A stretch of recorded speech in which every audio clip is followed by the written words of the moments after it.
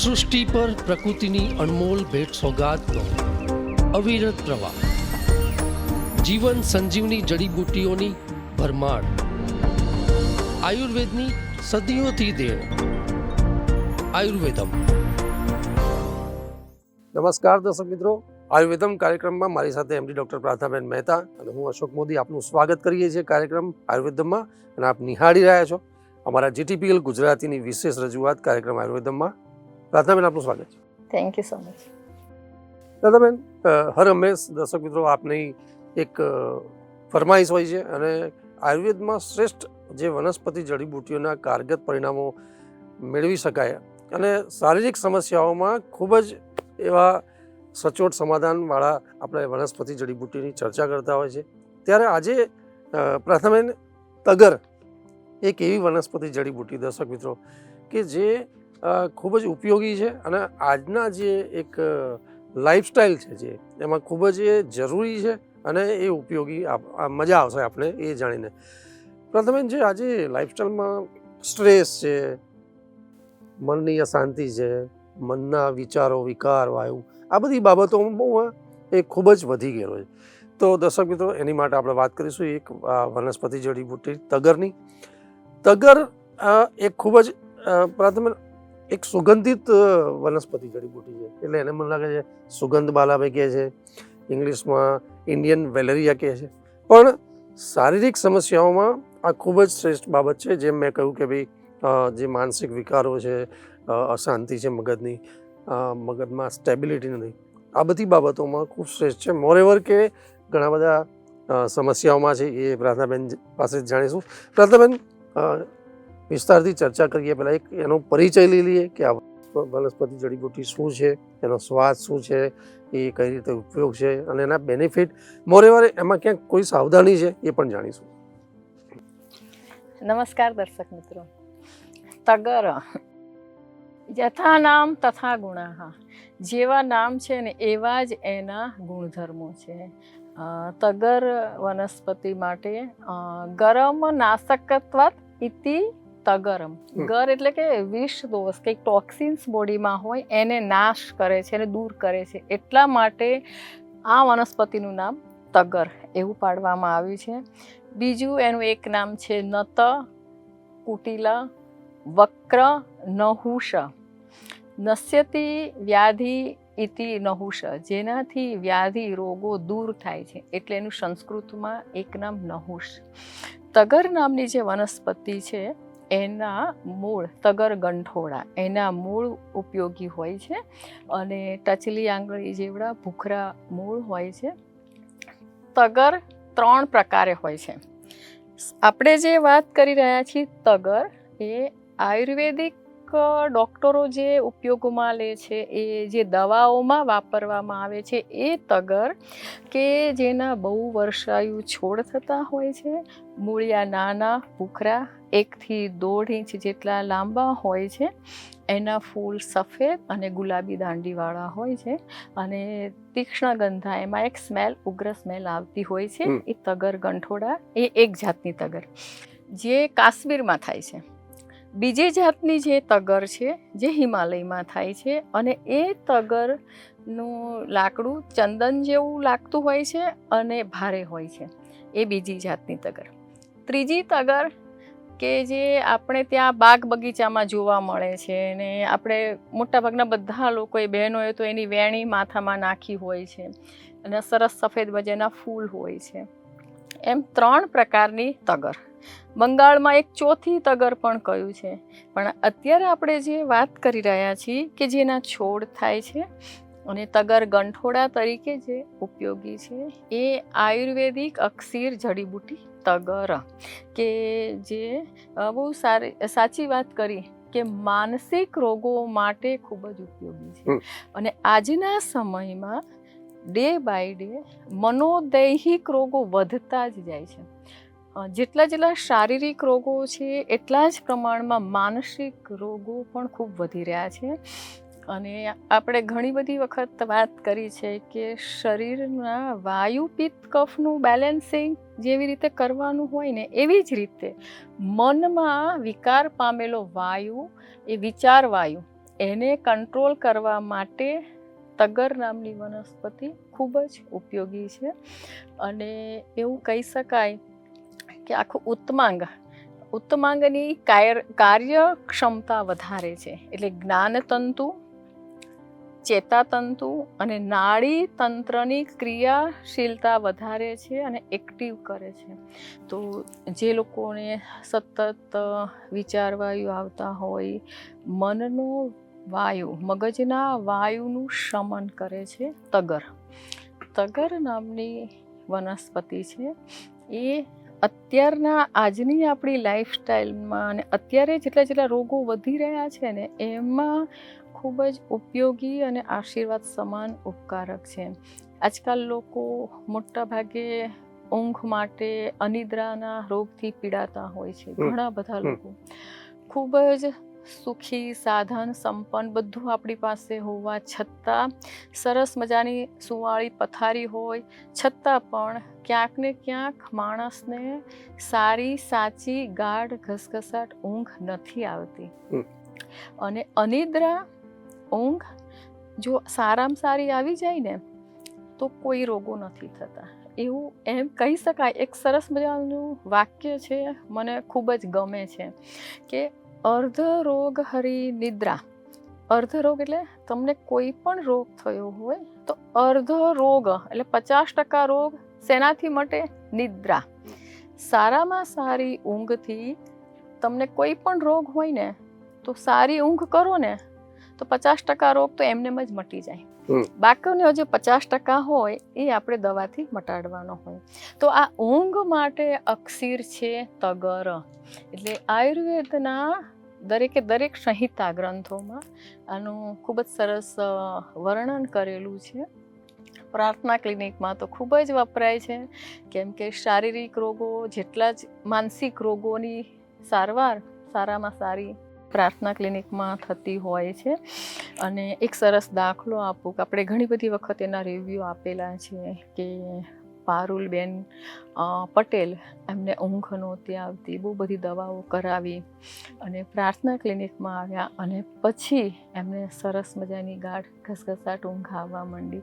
તો પ્રાર્થના ક્લિનિકમાં મસ્તિષ્ક દૌર્બલ્ય એટલે કે મગજમાં કોઈ પણ દુર્બળતા હોય તો એના માટે મગજને પોષણ આપે એવી જડીબુટ્ટી પણ, એ પણ સરસ વિશુદ્ધ અક્સિર જડીબુટ્ટી કે જેને આપણે મગજના રોગોની સંજીવની એવું નામ આપી શકાય, એ છે તગર.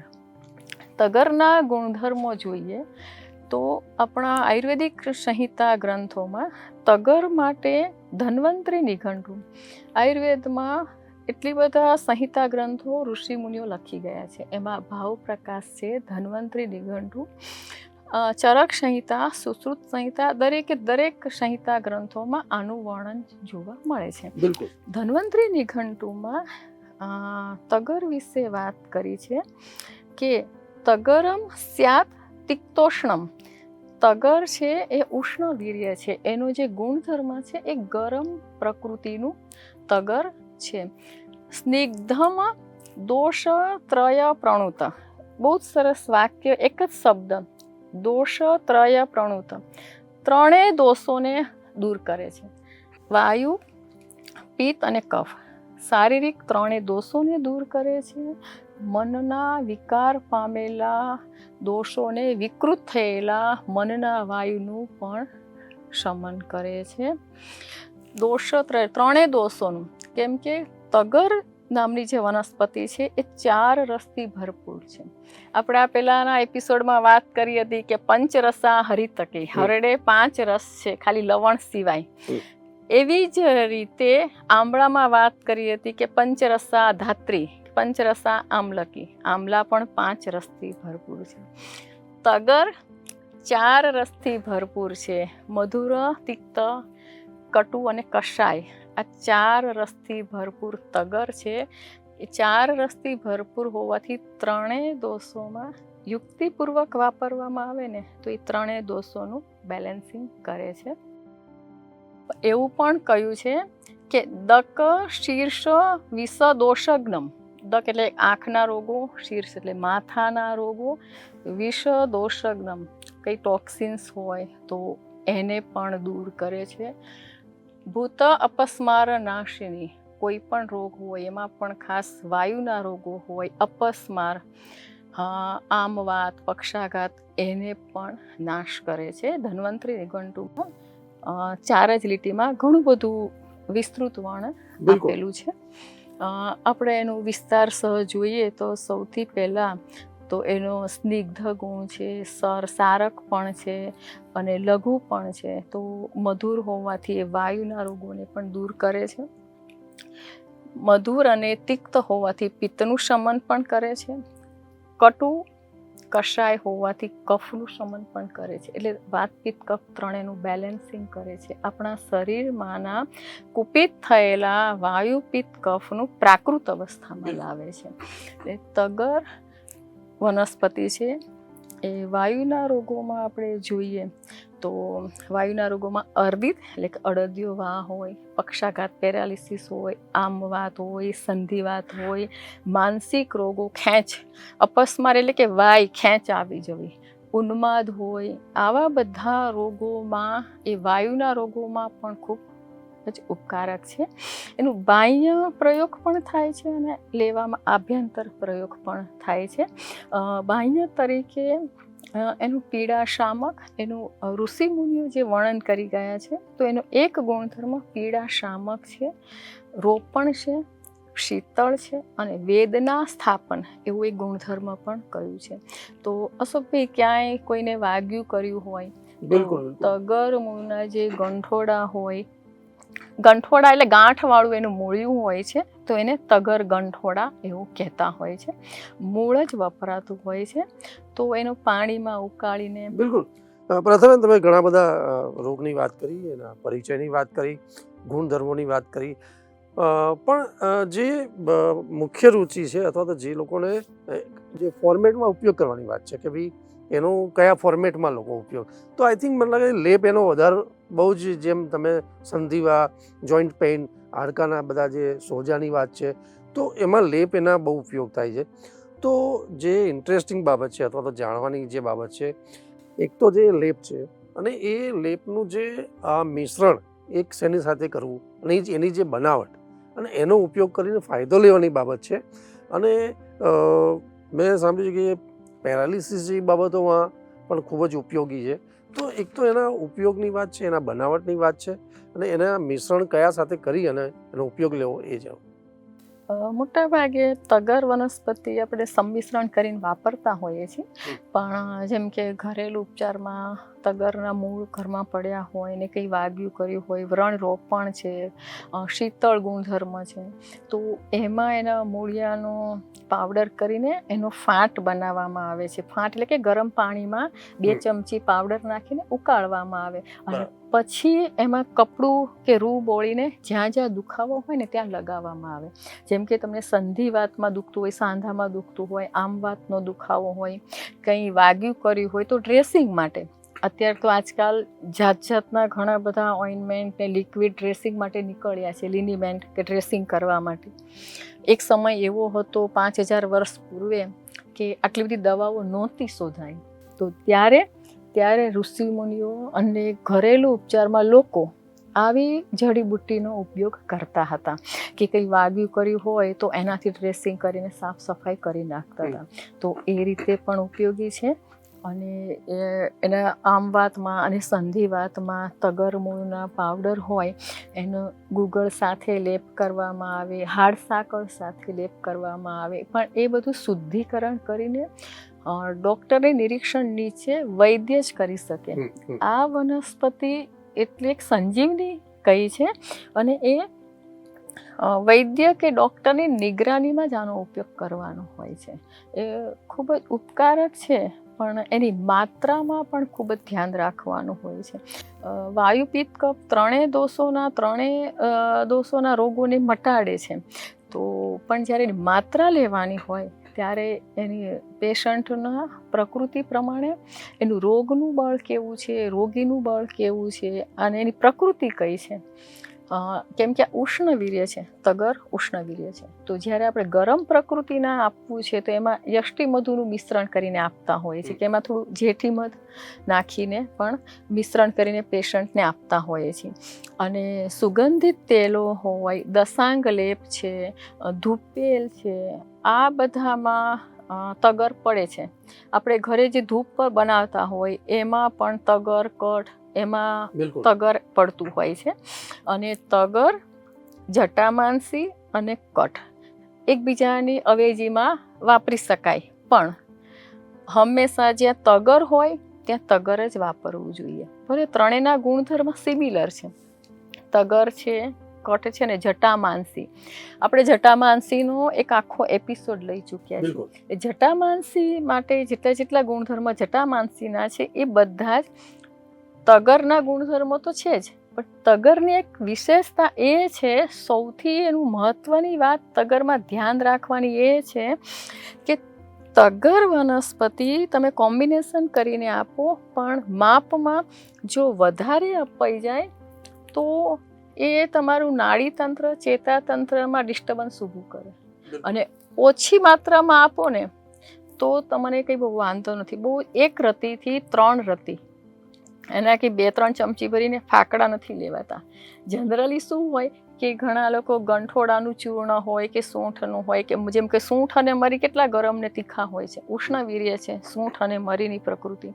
પણ ધાણાનો પાવડર હોય તો તમે 1 ચમચી ભરીને લઈ લો, વરિયાળીનો પાવડર 1 ચમચી ભરીને લઈ શકાય, પણ તગરનો પાવડર ચમચી ભરીને ના લેવાય, રતીની માત્રામાં જ લેવાનું હોય છે.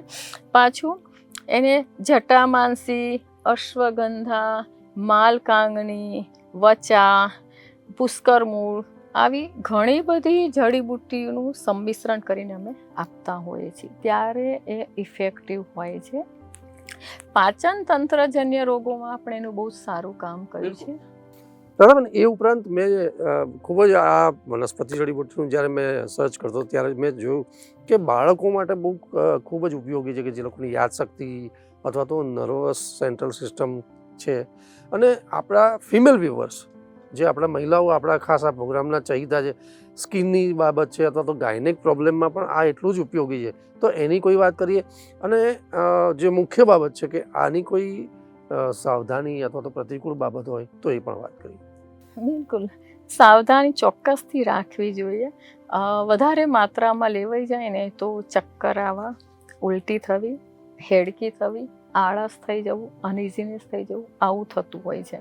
પણ ઋષિ મુનિઓ એનું સમાધાન પણ આપીને ગયા છે કે ક્યાંક ને ક્યાંક કોઈનાથી વધારે માત્રામાં લેવાઈ જાય તો મુનક્કા એટલે કે દ્રાક્ષ લેવાનું કહ્યું છે. એટલે વધારે માપમાં તગર લેવાય નહીં, ભૂલવશાત લેવાઈ જાય તો એના ઉપર દ્રાક્ષ ખાવાથી એનું સમાધાન થઈ જતું હોય છે. પ્રજનન તંત્ર એટલે ગાયનેકમાં, હા, બહેનો માટે પણ જે લોકોને પેઇનફુલ મેન્સ્ટ્રુઅલ હોય એમાં ઉષ્ણવીર્ય તગર હોવાથી અમે એલોવેરા, ઘૃતકુમારી સાથે એનું આપતા હોઈએ છીએ. તો રિઝલ્ટ એનું ખૂબ જ સરસ મળતું હોય છે. યુરિનરી ઇન્ફેક્શનમાં તગરને ગોખરું ચૂર્ણ સાથે આપવાથી એ મૂત્રવાહ સ્ત્રોતરસનું શુદ્ધિકરણ કરે છે. અને બાળકો માટે કે મનોવાહ સ્ત્રોતરસ માટે આપણે કેટલા બધા સ્ત્રોતરસની વાત કરીએ છીએ, કે શ્વસન વહ, સંસ્થાન, પાચન તંત્રજન્ય. એવી જ રીતે મનોવાહ સ્ત્રોતરસ માટે એ આખું ચેતાતંત્રનું એક ટોનિક કયું છે, નર્વાઇન ટોનિક તગરને કહ્યું છે. તો તગર જ્યારે બાળકોને આપવાનું હોય તો બહુ ઓછી માત્રામાં, સાથે સાથે બ્રાહ્મી છે, વચા ચૂર્ણ છે અને યષ્ટિ મધુ ચૂર્ણ છે, આ બધું સંમિશ્રણ કરીને પીપલી ચૂર્ણ પણ નાખતા હોય છે. પીપલી નાના બાળકોને જ્યારે પ્રાયોસી મેમરી ટોનિક પાવડર છે એમાં તગર, જટામાનસી, કઠ, પીપલી આ પડે છે. એ ઘણી બધી જડીબુટ્ટીનું સંમિશ્રણ છે પ્રાયોસી મેમરી ટોનિક પાવડર, અને એમાં તગર પણ છે. તો એ યાદશક્તિને કુશાગ્ર કરે છે. કુશ એટલે કે ઘાસનું અગ્રભાગ કેવું તીક્ષ્ણ હોય છે, એવી રીતે કુશાગ્ર બુદ્ધિ કરે છે. અને ધી, ધૃતિ, સ્મૃતિ ત્રણેયને વધારે છે. તગરનો યુક્તિપૂર્વક ઉપયોગ કરવામાં આવે જેમ કે જટામાનસી છે, જ્યોતિષમતી છે, બ્રાહ્મી છે, અશ્વગંધા છે, કોઠ, પીપલી. તો આ બધા સાથે તગર ઉપયોગ કરવામાં આવે ને તો ધી, ધ્રુતિ, સ્મૃતિ ત્રણેયને વધારે છે. ધારણા શક્તિ વધારે, સ્મૃતિ શક્તિ વધારે, મેધાવી બનાવે છે અને આજનું યાદશક્તિમાં વધારો કરે છે, લાંબા સમય યાદ રહે. આજકાલ મોટાભાગે બાળકોમાં સ્કૂલે વાંચીને આવે, ટ્યુશન કરાવતા હોય છતાં પણ પરીક્ષા સમયે ભૂલી જતા હોય છે. તો જ્યારે પરીક્ષા સમયે ભૂલી જતા હોય એવા બાળકો માટે કે પછી ઘણા મોટાઓને પણ આવી તકલીફ હોય, એમાં પ્રાયોસી મેમરી ટોનિક પાવડર ખૂબ જ સરસ અક્ષીર છે, એટલી સરસ એનું રિઝલ્ટ છે અને મનોબળ સ્ત્રોતનું શુદ્ધિકરણ કરનાર આવી જડીબુટ્ટી, ઘણી બધી જડીબુટ્ટી છે. આપણે તો એક તગરની વાત કરી રહ્યા છીએ, પણ આ પહેલાં આપણે ઘણી બધી બ્રાહ્મી છે, જટામાનસી છે, બધી વનસ્પતિની વાત કરી ચૂક્યા છીએ. તો આ બધી વનસ્પતિ દ્રવ્ય છે એ જો માપ પ્રમાણે લેવામાં આવે ને તો એ અમૃત સમાન ઉપકારક થતું હોય છે, પણ માપ વગર વધારે માત્રામાં લેવામાં આવે તો અતિ સર્વત્રમ વર્જેત, વધારે માત્રામાં લેવાથી નુકસાનકારક છે. તગરમાં તો ખાસ ઓછી માત્રામાં જ લેવાનું હોય છે. બ્રાહ્મી વનસ્પતિમાં બહુ વાંધો નથી હોતો, પણ તગર નામની વનસ્પતિ તો હંમેશા અલ્પ માત્રામાં જ લેવાનું કહ્યું છે. પ્રાર્થનાબેન, આપનો ખૂબ ખૂબ આભાર અને ધન્યવાદ કે આજના એપિસોડમાં આપણે તગર એક આયુર્વેદની ખૂબ જ શ્રેષ્ઠ એક વનસ્પતિ જડીબુટ્ટીના ઉપયોગની વાત કરી, જે આજની લાઈફસ્ટાઈલમાં જે મુખ્યત્વે જે બાબતો હતી, તમે કીધું કે જે માનસિક વિચારો છે, વિકારો છે, અથવા તો જે સ્ટેબિલિટી લાવવાની બાબત છે અને ઘણી બધી જે સમસ્યાઓ એની સાથે વાત કરી એમાં ઉપયોગી છે. મોરેવર કે બાળકો માટે યાદશક્તિની વાત હોય, મહિલાઓના ગાયનેક પ્રોબ્લેમમાં હોય, એના અલગ અલગ જે સમસ્યાઓમાં એના લેપનો ઉપયોગ કઈ રીતે કરવો, એના કયા મિશ્રણ સાથે એના ફાયદા લેવા, એની તમે ખૂબ સુંદર વાત કરી. આઈ થિંક જે પ્રતિકૂળ બાબત થોડી ઘણી છે, પણ ખૂબ જ ઉપયોગી એવી આ તગર વનસ્પતિ જડીબુટ્ટીનો ઉપયોગ એ શ્રેષ્ઠ છે, એમાં કોઈ સવાલ નથી. પ્રાર્થનાબેન, ઘણા બધા સવાલો છે દર્શક મિત્રોના, પણ અહીંયા કાર્યક્રમમાં સમયની મર્યાદા છે. પણ દર્શક મિત્રો, જ્યારે પણ આયુર્વેદની જડીબુટ્ટીના અમે ટોપિક કરતા હોય છે કોઈ વનસ્પતિના, અને એમાં આપના કોઈ પ્રશ્નો હોય, આપના કોઈ અભિપ્રાય હોય, તો જે સ્ક્રીન ઉપર જે નંબર છે એની પર ચોક્કસપણે આપ ફોન કોલ્સ કરી અને પ્રાર્થનાબેન સાથે સમાધાન મેળવી શકો છો. નમસ્કાર, આભાર. નમસ્કાર.